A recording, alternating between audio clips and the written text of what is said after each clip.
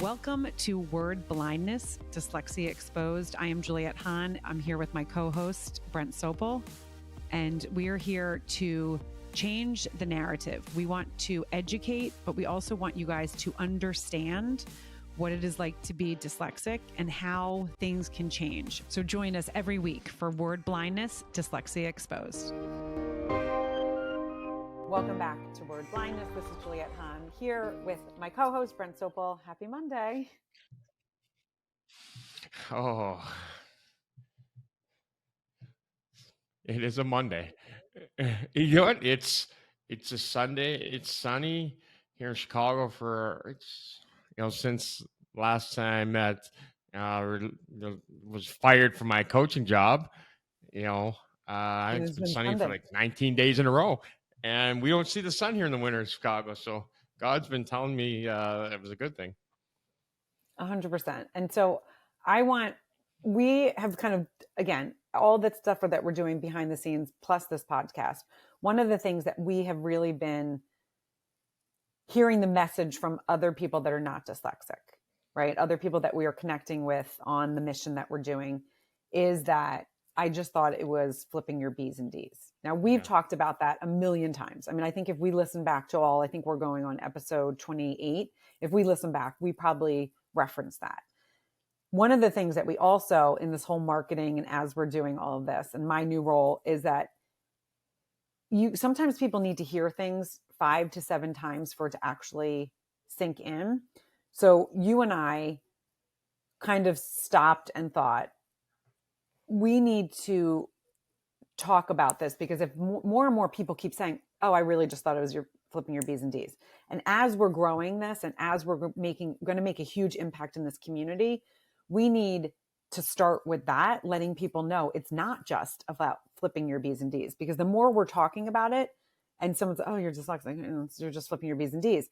And it's like, oh my gosh, wait, you need to listen to this podcast, right? That's what we start with. And we say, you need to listen to these stories, but also experiences and also what our dyslexia looked like. And we kind of have gotten into really, I mean, obviously we get into very in-depth conversations, but how do we, and I'm talking to the listeners that are not dyslexic, right? How do we talk to you guys to let you know, and like, so you can feel what we have gone through, because it's not just flipping your B's and D's. Some people don't even flip their B's and D's. I do flip my B's and D's. I half of the time don't even know a lowercase b and a d. It's really frustrating, really annoying. But that's the same with my lefts and rights, right? Oh my God. If it's not capital, I'm like, is that a B or a D? So I think, again, and I haven't read a statistic or saw it. I may have to look. I think only about 5%, 5 to 10% of dyslexics actually flip their B's and D's. Again, that's just me coming out of left field with my statistics. I don't think it's much more than that, but that's the number one thing that non-dyslexics say. Oh, you just flip your B's and D's. So how do we pass that message to the listeners that are listening here? This is where we're coming back. Feedback from you is to explain that. It's there's so much more. There's so many more. Again, the things that I use a lot are, we just don't flip our B's and D's, and I go back to the lefts and rights a lot. For when I talk, I've always talk about, I try to put it in normal terms for you normal people, non-dyslexics, or how'd you learn how to do that? I'm like, well, I'm Canadian. Am I talking to American? Am I talking Celsius? Am I talking Fahrenheit? Because you're the only Americans that have this stupid system of Fahrenheit and miles an hour in the world, and the rest of us is normal. And so I've always had to learn how to talk to non-dyslexics. And I didn't really know what that meant till recently. It really, obviously, in the last year really made sense why I was doing that, is because I knew nobody understood what I was trying to say. Mm-hmm. My point was proven again, this morning before we hopped on this podcast. But how do we get that message out there? What campaign? Yeah. Right. And what did I say to you? I said, one of the things that we're going to get out there is through this podcast. I mean, we just got another review from someone that said, thank you for putting the real, and I'm not saying it right, but basically how I interpret it, and I'm going to express it right now, is for bringing the real stories, because it made them feel seen and heard. Okay. I go through that. And so sometimes even talking to dyslexics that we've talked to, they're like, oh, wait, I didn't realize that other dyslexics do that as well. So what that tells me is there's not enough awareness about dyslexia as a whole in the dyslexic community and out of the dyslexic community. And I really believe our job, whether it's God, universe, whatever you believe, our job is put here to put that narrative to it. Correct. In a real way, in a storytelling way, in a connection way, in us just saying, these are the things that, how our dyslexia presented ourselves. This is a situation that happened to me, and talk about our day-to-day kind of interactions, but then also going back to when we were in school and going back to like all those things that were really tough, and bringing other people on to also tell their stories. But then for the non-dyslexic world is to also tap into them and talk to them. So the reason why the whole B's and D's came up really strong again is I was talking to Dan about this campaign idea that I had, right? This campaign, this awareness. And what he said to me, and I was like, oh my gosh, all right, this is what people keep saying. I can't believe you just said that. Yeah. He's like, you don't want it to be where someone's like, it's not that big of a deal. Why are they doing this? Right? It's just flipping your B's and D's. And he said, that's one of the things in advertising, because he is in media, that if you do not bring awareness and bring not just awareness, but the struggles and the dark side of it, no one is going to care. And no one is going to care because it's like, okay, Richard Branson and all of these actors and millionaires, you guys talk about it. You can be super successful. NASA has 50%, all of these positive things. And this is why I absolutely love what you have brought, even before you and I even got connected, is you bring that real side. You are a person that's championing, and there's not that many people out there. And I would, again, we could say no one that's actually bringing the real side of these conversations. Yes, you can be a millionaire. Yes, entrepreneurs, all this stuff. And we talk about it. It's great.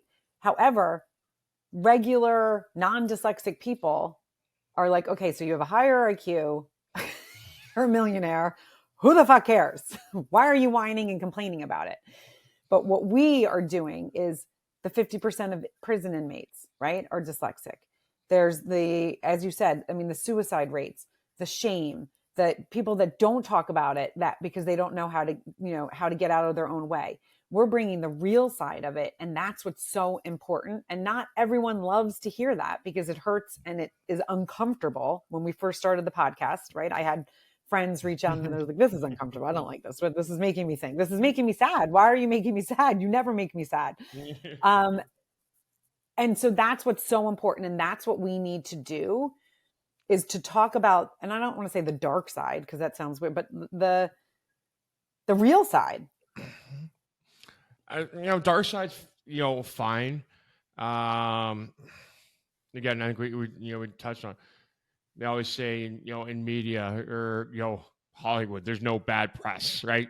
So how many things in Hollywood are set up, like actors and actors dating and getting married and, because now they're in the media. So good, bad, they're in the media. They brought it there. So,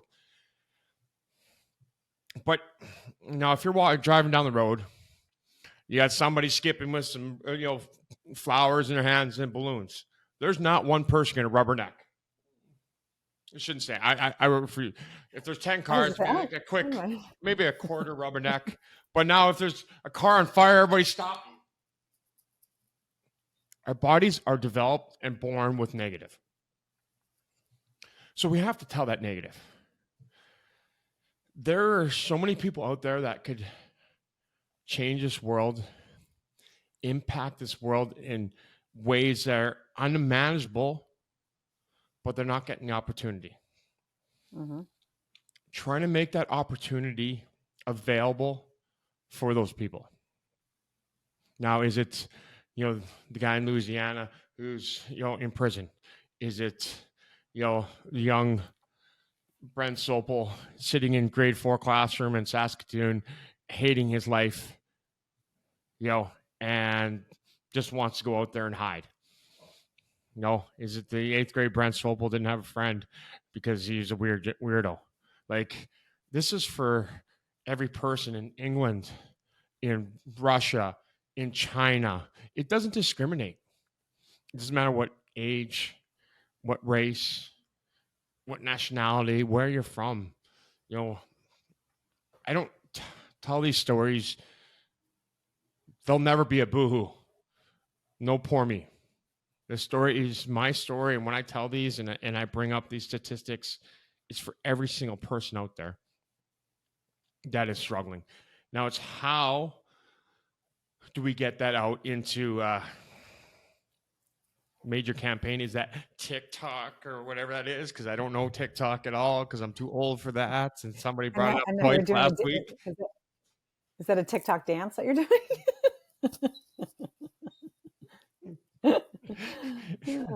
I don't know.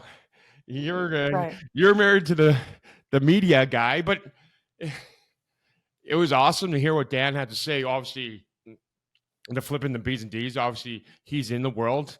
He's married to a crazy one, and we all love the unicorn in you. And then went to Montgomery, and he's watched his life change. He's watched you guys change. So he comes from it from a pretty amazing angle, in my ideas or my eyes. Yeah, because and that's the thing that is very interesting because again, Dan said, he's like, yeah, I really just thought it was flipping your B's and D's. He's like, and then, but again, when we first got together, he didn't know because I didn't talk, but you don't talk about like, these are the struggles I'm going through every day. Sorry, I just thought, would he be willing to sit down and not interview the podcast, but just to pick his brain a little bit more from, I guess he covers all kind of roadmaps, I guess, if that wants, right? Does that make sense? There I am again. That does make sense. And I've asked him, and he has said, because I think this week he said he'll get on a call with us talking about the media stuff. We can be like, oh, we got a lot of questions for you. He's gonna love all the angles of all the questions. He's like, oh, Jesus Christ, there's a group of them coming at me. Hey, make sure it's at the end of the day. Are you sure you're ready for this? Are you ready? This is a week off, right? Because it is like so he doesn't have as much work. So I do, but again, you're right, because, and even now me thinking about it, it's interesting. He's also seen me build what I've built with, my podcast and companies and all these different things. And I've always said one of the things that is really pretty incredible about him is he's kind of always took a step back, right? He'll ask, hey, how are things going? He doesn't get involved, but this is what, someone else might say, oh, well, he doesn't seem like he's that interested in it. I'm like, he's not interested in what I'm doing. And that's okay. That is 100% okay. It does not hurt my feelings, But let me ask you a question on that. Is that a fair statement? No, he probably would be like, that's not true. He's married to you. Of course he's interested. Yes. Right? Just as much as you're interested in your boxers when you don't walk them for 3 hours, right? They're interested, right? So Dan's a great guy. Let's give him let's cut him a little slack. I wouldn't say he's not interested. No, and I should say not interested in this way. Like when we all have and this is what I should clarify. So like we all have our passions, right? We all have things that we're really interested in, and your spouse or your, like, they might not have that same, but yes, hey, how's it going? And, hear that. But if I sit and get in-depth conversations with it, I'm like, it's not what he's passionate about. Even when he gets into in-depth conversations about his work, I listen because I'm like, okay, if I can give any feedback, but is it something that I'm like, oh, I'm so excited to do this all the, like, so there's like a fine line. Like, it's not something that he's immersed in because it's not really what he what he loves, but he supports me 1,000,000,000%. So I should say that he supports me, but he doesn't want to sit and he would never sit and do the conversations you and I have. Oh my God. He would he would there'd be like, oh my God, you said that 3 times. If I ever repeat myself with something at the same time, he would be like, oh yeah. So there's a support because he loves me and he's happy that I'm excited about something. But and that's what I was thinking here, just as you're as you're talking about that. That's a question. Okay,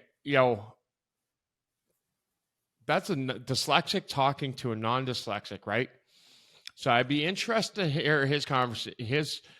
When you first brought this to him, I'd be interested to see what he said. You shouldn't say that. What he said in his head. Now, was it, holy fuck, I love my wife. She's fucking crazy, but I'm just going to support her? Meaning, again, it was such a crazy idea. And, where I'm going is this. We talk about this all the time, being supported. They always talk about dyslexics are needed to be in this world, right? Being in corporate America, we're shunned, they always talk about, we're shunned upon because there's no understanding. So where I'm going with that, I'd be interested to see, if we ask him, when you brought this to him, what was his initial thought? And not came up, in his head, like, God, is she crazy? That's not going to work. Or, I see where it is. Or I understand where she's going. Like, be interested in seeing reason. Again, going back to the dyslexic explaining what you want to do to a non-dyslexic. Like, how was it initially? What that response was? Because as we talk about, you and Danny in the boardroom support each other. Because let's be fair. Our side doors, a lot of people are like, what the fuck are you talking about? That is the most ludicrous thing. But by the end of the conversation or the tree or whatever, you're like, oh, that makes sense. So be interested. You see where I'm going with that? No, totally. And I want to take it. So yes, and I'm not going to answer what he does. He knows, like, I get passionate and excited about things, but he knows when something's important. And he, again, has seen the journey of not just my journey and my growth, but also with our son. So, with Montgomery. So that I think it's a great question. When he knows I get really passionate about something, he kind of just and I don't want to say stay out of my way because that's not the right word, but I also know that I can't throw up like little pieces on him because he'll ask me questions. And if I can't put it together, it's just not worth it. Cause then it's like, we don't understand each other. So that's why I really kind of just unloaded on him. And I shouldn't say unloaded. We were watching a show and I was like, hey, I want to take you up to speed with the last kind of couple meetings we had. They're really good. And that's what I was able to do. So I was able to have more substance to it instead of just kind of doing the brainstorming stuff. Because he doesn't love that brainstorming stuff when it comes to something that is not his love or his understanding. Right. So like he wouldn't completely. So that would be like, well, we would probably get frustrated. I mean, I've said the entire time that we've been married, I always would say to him, I could like live on his back. Like I could be like literally spend every second with him and live on his back, and he needs space. So I know that we really complement each other in a way. Like I know how to have a conversation with him now that we're older when I'm excited about something. And I know that I have other people that actually should be like the initial people I can run it by. And then when I have a lot of it kind of together is when then I can talk to Dan, because then he brings up things and I'm like, okay, I love that. Okay, I love that. And but that's 20 years of marriage, Well, 20 years of marriage or 50 years of yourself? Yeah, probably both. Yeah. I love that. And that's why we talk about this. What you just said was interesting. And that's kind of where I was going with it a little bit earlier is now you know how to deliver a message to a non-dyslexic. Before, you got your people that you can bounce your stuff off of, Danny, myself, the the completely whack job dyslexics, right? So that goes Right. back to my point where I was kind of going with that whole thing is being supported in your house, being supported in your office, being supported in your boardroom, right? If you don't Yeah. know you have it, or you don't have somebody else who understands you, um, it's tough sledding. You have that now. You know how to play off each other, right? You know how to piece things together for him, and I'm going to take the husband wife portion out of this. He's not a non dyslexic, Right. so you've now now you've known how to take your information, whatever that may be, and put it to a non dyslexic, right? Just like now you've been successful in starting some businesses and podcasts, which is absolutely amazing. Absolutely amazing. The thought of that is terrifying for me. Terrifying. I was just thinking as you're talking about, you're starting your companies, and God, the pit I just got in my stomach, the fear. So that confidence, the brilliance, your enthusiasm, your energy, your love for life, all the unicorny-ish things that you are, with your Curious George hat on. But to me, is you figured out how to be able to ask questions to certain type of people. Am I in the ballpark? No, 100%. And I love where that just went, because it is probably one of those things where I understand, because I understand myself on how to deliver a message. But like when you said the pit, I was thinking of your solar company, and I want to talk about how I just listened to number one. I'm sure you're like, great. I don't want that's a huge pit, but that's because you didn't have the support and understanding from others. Yeah. And that's exactly why we are here today. Correct. And that's exactly why we are doing what we're doing, is because of that understanding. So there's other people in the world that don't go through the kind of trials and tribulations. I forget, like I always, what do I, the Trials and ducks in the water back. tribulations. Yes, very good. Well done. But seriously, like if you think about that, that's what you have not had. And that's why, and again, I'm going to take it back to, because you entered real life at 40. And so you didn't have these times where it's like, okay, I can go. And also because of the traumas that you went through, right? And there was, and so the non-healing and then the healing afterwards and all those things. But so it's all of these journeys and paths. And if we can create this platform that we are creating, where people can listen and then kind of think, okay, I need to find that community, because it really comes down to that community of people, whether it's a husband, wife. I just have been, fortunate that, yes, my husband is very understanding. I mean, I'm sure we get into like a deep conversation. He can say the things that, where, okay, no, I had no idea, like, where you were coming from on this and that. But when you have that understanding of each other, even if it's not and this is going to sound funny, but not a deep, true understanding, but you understand something level, then you can get deeper into the true understanding. And that's exactly beautifully said. And that's why we're here. And that's why I love how you called me yesterday. You're re-listening to episode 1. What are we on episode number? What is it? Number 25? We're 28 or 27. I said it in the beginning and I did know it. It's 27 or 28. Yeah. It's been, again, you come in my life, obviously has changed my life, in ways that I never could ever imagine. But you re-listening, re-listening to it, and that's if you don't understand yourself, how can somebody else understand you? Love it. And I don't care male or female. Obviously you guys are from over there, Venus, and we're from Mars, but and we'll never fully ever understand each other. You can husband and wife can married for 50 years, support each other, still shake your heads at.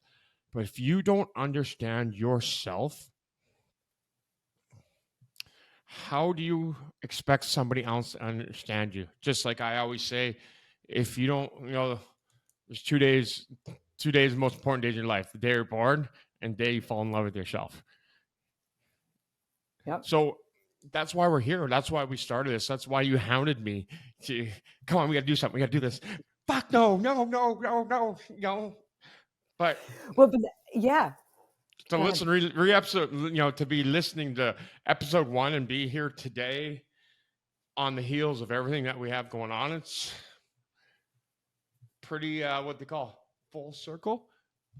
100% it's full circle. And yeah, but the thing that I also I said to you, I want to listen back because I want to see how much we have evolved, right? And then today, when we talked before we jumped on this podcast, you started to say something and I actually knew what you were saying and you kind of laughed. I was like, okay, I'm sorry. I just literally answered before you finished. You're like, was it as? And I was like, no. And you're like, wait, do you know what I'm going to say? You're going to say as bad as we thought. You're like, yeah, that is exactly what I was going to say.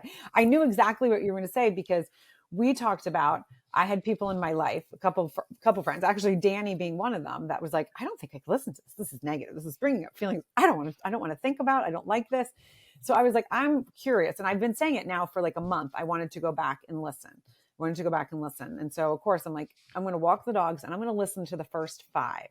And one of the things that, again, and it all comes back to that understanding, that self-confidence. And the whole reason why you started the Brent Sopel Foundation is so a kid never felt like you did. And so that's where this all comes back to. So this is like, again, the whole full circle. We want to create this campaign. We want to create this platform. We want to create this community. We want to create this change. So that kid sitting in class understands who they are more because of what the work that we're doing. So we don't have that kid. We don't have, the freshman, teacher telling me, asking me if I'm retarded. We talk because you heard that story for the first time on the podcast. And so there's things that I was like, oh my God, I love this. And one of the things I actually thought, as we've evolved, you and I as podcast hosts, co-hosts, because that's another thing. Sometimes people can be co-hosts, but their synergies, energies don't match. They can't read each other. You and I are so good. I mean, 2 people that can actually talk probably all day long. Correct. We know, okay, I can tell when you want to say something and I can pull myself back and let you finish the conversation because I know that we're going to go off into these different things. And that's beautiful. Yeah. So I wanted to see where we were in day 1. Now, I said to you, I think we were actually having internet issues. And we were, because I said it in there, that there was like a lag. So we were kind of on each other's heels, But I'm now 2 and 3 and 4. I'm really curious because I do remember when I first started it thinking, okay, this is different for me. Like usually everything that I do is positive, right? I mean, there's people's stories. There can be a negative part, but I usually can find that. And I was like, how can I navigate? How am I going to work with Brent to navigate to help us get this out? And I was like, and I remember I like paused and I was like, okay, I'm not going to put any expectations on this. And I remember this is when I was also going through massive hormone stuff and I found yoga. I mean, it was all at the same time, which is kind of crazy. Like I was literally like going a little cuckoo. So I was like, and having a lot of like anxiety. So I was like, okay, how am I going to like, how are we going to do this? I feel that we can do this, but what do I want? Because I also knew you had hesitation and I'm like, okay, is he having hesitation because we shouldn't be doing this? Like what, I got like unicorny and being like, let me really sit and think and be, self-reflective and all these things. And I was like, I'm just not going to put any expectations on it. Let's record a number. We recorded before we even had a name. And that's why I love where we evolved today because we are really good together. Like we really do complement each other. And again, listening to 2, 3, and 4, I can't wait to see where we are now and the comfortableness of it really. No, I can't wait till you report back, because I'm not going to, I'm going to listen to it, but I don't want to listen to it until because I want to hear your full perspective before I dive back into it. Yep. I don't want to be turn shit. But go back to, the what you said, like Danny said, ooh, this is negative. I don't like that feeling. Now, the question to that is, was it negative, or was it stirring up emotions that she didn't want to feel? That's exactly what it was. That So, is ding, ding, ding, ding. That's 100%. That's 1,000,000,000% what it was. And then the full circle she has done because of what we are doing. I didn't mean to interrupt you, so go ahead. But that's That's 100%. exactly. So now go back to the other few people that had said the negative stuff to you. You know, are they dyslexic? Non-dyslexic. No. So this will be interesting. So go back to them and ask them what was negative about it.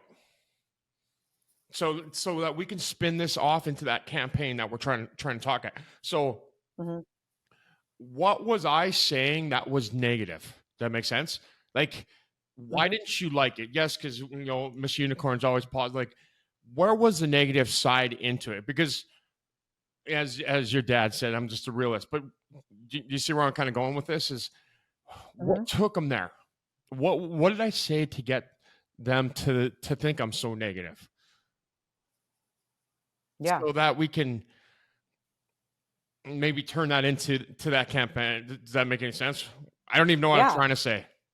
No, I 100%. No, we could learn from what their experience and their feelings are, and we can then be able to speak on a broader scale. No, you made complete sense. I mean, that's exactly doing our own due diligence. And that's what, one of the reasons why we're doing this, but also because we are growing as people and we want others to grow. Right. So like, let's find out why. And it's not that like, and this is why you are misunderstood in worlds that like, I was gonna say that don't understand you, but isn't that like saying the same thing? But it's one of the things that people don't see until they really get into conversations. Like you are constantly growing and you're constantly saying like, that's not going to hurt your feelings like that Danny and other people said you were negative. You're not going to be like, oh, that like, no, you're like, okay, I would love to know the narratives there and what grabbed them because I want to see where, what my point was at that moment. So I see if that's still the point and where I can grow and where I can then also connect with a broader audience with that. And I think part of it is, which is funny, is I think, yes, you were negative and realist, but I think also, so it was really like 3 people, I think I said to you. I think they were used to seeing me in a very positive way. They also knew I was struggling with hormones and other like anxiety stuff, like was a lot of stuff with Montgomery. So I think they were also being protective of me. Like, wait, do you really need this? Like, this is like, I don't like what's going on. I kind of think it was also coming from that way, but it will be very interesting, as you said, for me to kind of go back and say, I want you to kind of dive into what those emotions were and where they were coming from. Danny, 100%. It was because she's like, oh, I don't like that. I don't like that feeling. Oh, this is too much. And let's be clear. I always say, sober people are usually the best people because we have to self-reflect to stay sober. And if you're not always growing, then you're going the opposite way. What do they always say? If you think you're the smartest person in the room, you're in the wrong room. Right. And that's why it's like, no, I don't take any offense. Please tell me. I've got to learn even more than most people. We're dyslexic. We're one in, 20% of the population, 1 in 5. Obviously talking about being hereditary. So when I'm in that room, whatever room that is, first off, I don't have an education. I don't have work experience. I don't have normal life skills because I was a pro athlete, which separates myself, even more. I think somebody said the other day, I'm one of, I think, 1,100 people in the world to do what I did, win a Stanley Cup. Yeah. And It's there insane. isn't a time where I'm in that room, in a room where I'm confident, where I think I'm smarter. I'm in that every single time I'm in that room. I know I'm misunderstood, and um, I have to learn every time I'm in a room with, no matter who I'm in that room with. Is it is it that janitor? Is it that principal? Is it that CEO of a Fortune 500? I have to learn every single time. So I appreciate feedback from every single human being, because I have to learn and to be able to do the things I dream of doing and want and will do to change the world for these kids. Is that I have to learn every angle and understand every single angle that they're coming at, no matter who you are, what you are, except for if you have an accent. You got to go through my translator, Juliet, because 9 times out of 10, I can only speak Canadian. I'm working on American right now. But I love how you said that. And the thing is, again, that where you're also misunderstood is because you are a professional athlete. People just assume you have this ego and this and that, and that you know more than thing. You have like no ego. And but the thing that's crazy is that you are a sponge and you know so much. My dad is the same way. Like I would always say my dad's the smartest person I have ever met, because I could go to him for anything and he would know, because he just absorbed things. But he didn't think he was the smartest person. Like he didn't think that. His brother went to Harvard and Yale, and he was severely, he wasn't allowed to go to religion because they said he was dumb because he couldn't read. You His know, brother went to Harvard and Yale, or both of them? yeah, undergrad and then law school. Yeah. What? Not just one, Yeah. had to go to both? To go Ooh. to both. Yeah. Yeah, totally. So like really intelligent people. And then you have, my dad who really, really struggled. And that is one of the things that we talk about in the first episode, because we talk about the innate confidence and how even though I've failed so many times, I would jump into things because I would be like, I'm so uncomfortable, but I'm going to figure this out. And it was more of like that feisty kind of person that I think I always was. This is actually really funny. I'm doing something for Montgomery's. This is going to sound random, but it's not. Montgomery's yearbook for senior year. And I was like, let me just look to see what like typically people write, because I could write something and he's going to be like, what the fuck is that, Mom? Like, actually, he would be fine. But I was like, let me just see. And then I want to put my little blurb, right? It's like the dedication. So I pulled an old yearbook out and I was reading. It was so interesting to read back.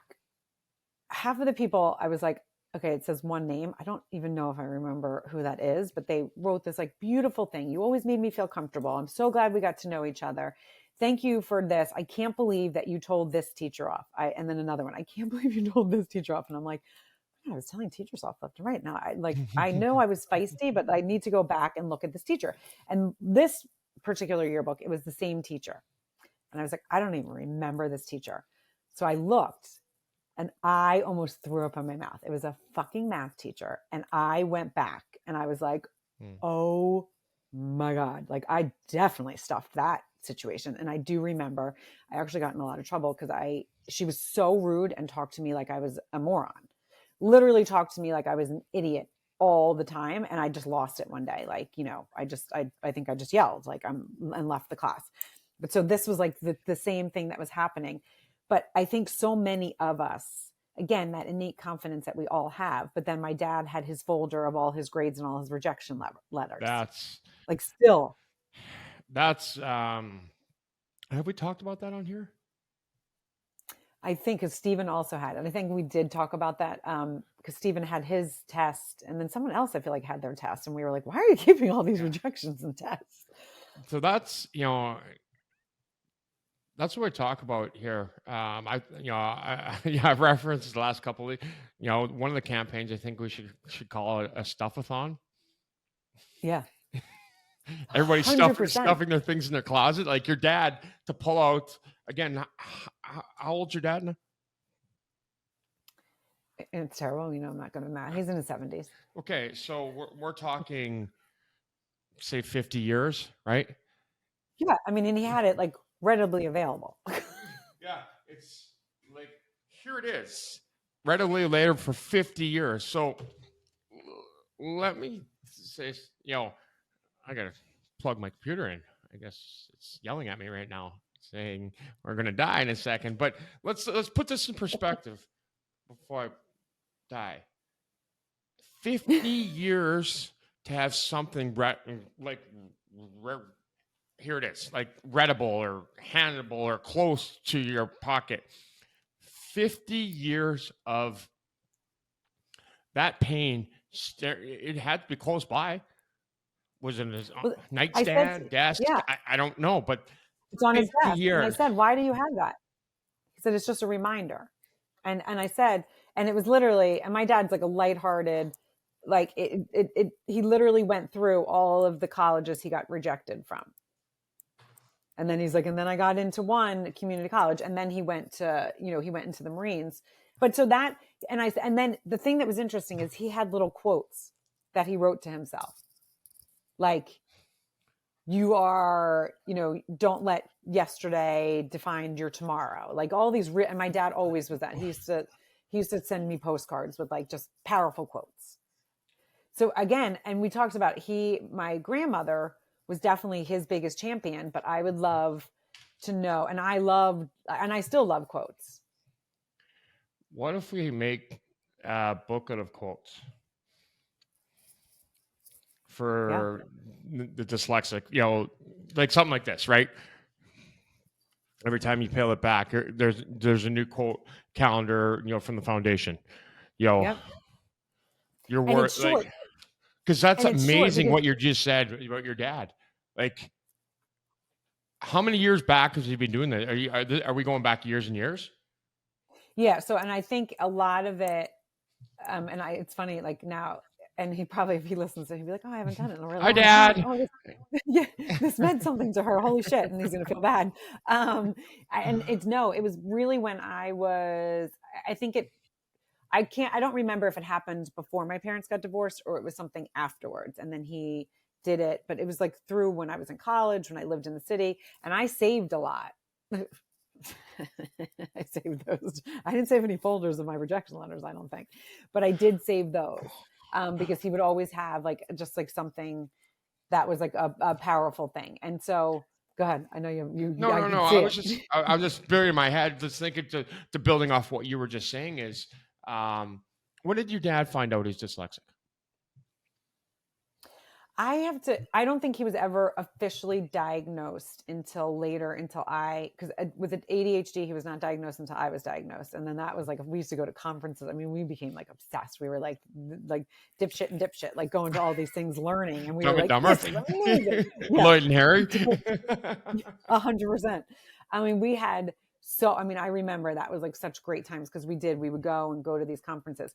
I don't think he was diagnosed until, and I don't know if ever really fully official, like definitely with ADHD he was. I have to ask him, but I don't think when he was growing up, it was an official diagnosis. I think they literally just told him he was dumb, and his mom would just be like, you're not, and she would kind of sugarcoat things. But I asked him, because you asked me in the first episode, you said, did anyone else have this innate confidence? So I asked my dad, I said, did you ever feel dumb? I remember you telling me stories like later when I would struggle, like, they didn't let me into religion. I wasn't allowed in religion because they said, you can't read, you're dumb. And I was like, well, it's terrible. And I said, well, did you ever really feel dumb? And he said, no. And I said, wait, what are you sure? Are you just saying that? Like, let's dive into this. My dad said no, because I had things that I was good at. And my mom really lifted me up. Like my grandmother, like my dad was like, walked on water. My grandmother absolutely adored him. I think it was like known that he was like, I think the other siblings maybe have probably some trauma because it was like my dad was the king. So I don't know if that, again, and that's what we talked about in the first one. Is it an innate thing, or is it, is it like, does the egg become before the chicken kind of thing? Like that whole scenario, or are you just born that way? Not the cart. Yeah. What did I say? The cart. What did you say the other day? Does the cart before the egg, or? And that's another thing that people don't realize. That's a dyslexic thing too. Oh yeah. Right. Like I can never remember those freaking sayings. So and that just goes to the IQ, that we talk about, right? Your dad's been writing these quotes down for years and years, right?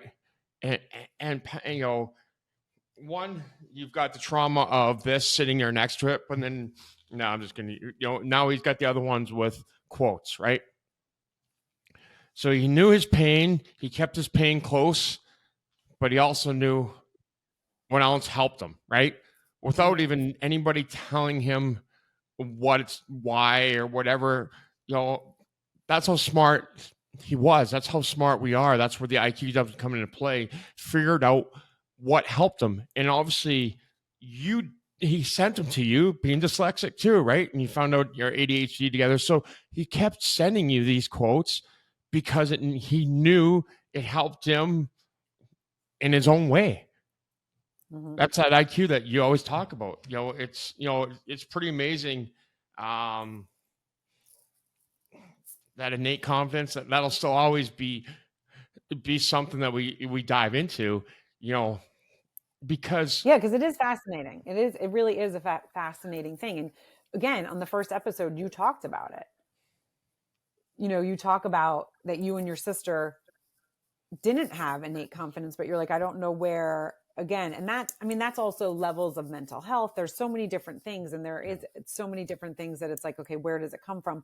But if we can bring all of these different stories and hear, a parent can hear this and be like, oh, you know what? I can connect with my kid because I heard a story, right? Or I can connect with my kid doing this, or I'm a teacher. I can make this kid feel seen and heard because of this. I mean, one of the things that you talked about before is like, if we have this education for teachers, like that gym teacher that sees the kid that can't do his left and rights. Hey, wait, there's something going on, right? There's something more to that. Why does Johnny keep going the other way? I mean, I remember my dad used to say to me, no, your other left. That was a big joke. Your other left. Because I still, yeah. Even though I used to have to do the L, and then I would have to write my name, Jull. I couldn't just, even though I have this freaking ring on, and like my brain does not process that. The innate confidence is something that it's really interesting to me, because you just said about your dad, and we, some of the people that we've interviewed, I still wake up every day today thinking I'm dumb. And so it's funny, like you said, and your dad said, no, I wasn't. I knew I wasn't dumb. I was good at other things. That is never once, up until probably this last year, never once did I have that feeling. There was never, I played pro hockey for 18 years. Average career was 5 years. So obviously you blew that out of the water. There wasn't a day where I felt like I made it. Yeah. So it's very interesting to me is that some of the people, your dad, yourself, some of the people that we interviewed, I knew I wasn't dumb. I knew I was good at other things. I never once have I ever had that, ever. No, but this is what's interesting. So I have innate confidence in a lot of things, but I did think I was dumb. So that's what's really interesting. But and not dumb. I just didn't think I was smarter than others. Like I was like, I definitely thought there was something with my intelligence that I was always very, I probably insecure, but I don't think about it because I was like, oh, I can go off of this way and change the subject and figure this out. So it was in certain situations that my intelligence, I definitely was like, ugh, and it probably, again, and I think when my dad, the same, but we learned to either kind of dip out really, or figure like something out. So, because Danny and I had this conversation, like she was saying, do you Brent really, she's like, Julia, you really did not think you were smart. And I was like, when I was in school, I definitely did not feel smart. Like when I was in class, not like Dan, who's the lacrosse guy, his episode will come out, like where he was like, I knew I was smarter than the teachers. I just couldn't get good grades. But then this is what's interesting. And this is what, again, why people are so different. He then had some severe depression. I have to say, I really have never had severe depression. Yes, I'll have moments. I have anxiety, but I don't have that. And so for him to know that he was smarter, but then couldn't get the grades I just didn't think because again, remember, I couldn't get the services because they're like, well, that was your IQ. You're just, this is, you're just this, you're not. And then no one said you're not that bright, but like, it basically was said, this is the best you can do. So I just knew, like, if someone asked me about math, that I was dumb in math. And if someone asked me about, like, and I want to go to politics, because that's why I was always like, I would pull myself out because I did not know, like, I and my family would talk about politics, and I would always probably have like too many glasses of wine, so I didn't have to deal with politics. I mean, really, if you kind of think about it, is probably what I did. And so I had innate confidence in a lot of things about who I was. I really liked who I was, and I still do really like who I am. But there's parts, and I was never the girl that was like, oh, I wish I could change this about me, or I wish I could change that. I really, truly liked my personality and who I was, but I definitely did not feel smart in certain situations. I knew with mothering, I was great. I could walk people around the block with that. I knew that. I had innate confidence in all of that things. But when it came to the classroom, I did not. Interesting. You know, again, that innate confidence. I think it's something that we could talk about, daily. And I think my not finding out till whatever it is, 10, 15 years ago, it is now so late. And that's why I talk about it, is because there's never been a day where I felt smart on the ice. So I tell these stories for a reason. That's why we're here today. That's why you're re-listening to one, and to individuals like your dad who has this close by, that we never have this close by ever again is the end goal. Right. Because we dealt with it. We caught it at a younger age, so it's not this many papers, right? We're all going to have traumas. Maybe it's only, 1 page in here now, not 55 pages, is why we do what we do. Yep. And we tell these stories and we talk about this openly, and the growth in yourself. It's been amazing to watch the journey that you've been on the last year. It's been, it's obviously been an absolute pleasure to sit on this side of the screen and watch you grow and watch you grow into your 50s. But we think you're only 10, bouncing around. No, it's been, I'm just messing with you, but it's been truly amazing to see that, and to see, Monk Rummy, who's now on a senior trip in Aruba, Jamaica. Ooh, I want to make it. Hopefully making good choices. Oh, that's the next subject. That's next. But it's amazing to see the growth in you and your family, the past years. And like I said, my life has changed from you pestering me to get on here. No, and I could say the same thing to you, and that's what, it's so true. Like, to see the growth that you have had has been really cool, and then just to think that our conversations can do that with more people. And I think that's what we realized as we have continued to grow and heal. Like, that's what kind of was like, okay, we are not onto something, because I don't like that word, but like, there's a lot of substance behind this, and not every day are we reminded, thank you for what you're doing. And you have had that, behind the scenes before you and I even connected. You've had that. I've had it in, little pieces. But every day that someone's like, I've listened to the podcast, or I hear what you're saying, or the people that we're connecting with and we talk about it, and they're like, just thank you for doing that. And the people that now have also come into our lives and like, I didn't know that you were dyslexic. I saw that you were doing this. And thank you for talking about it, because I'm super uncomfortable. People coming, this is them saying, like, coming on the podcast, like, oh, I'm really uncomfortable with that.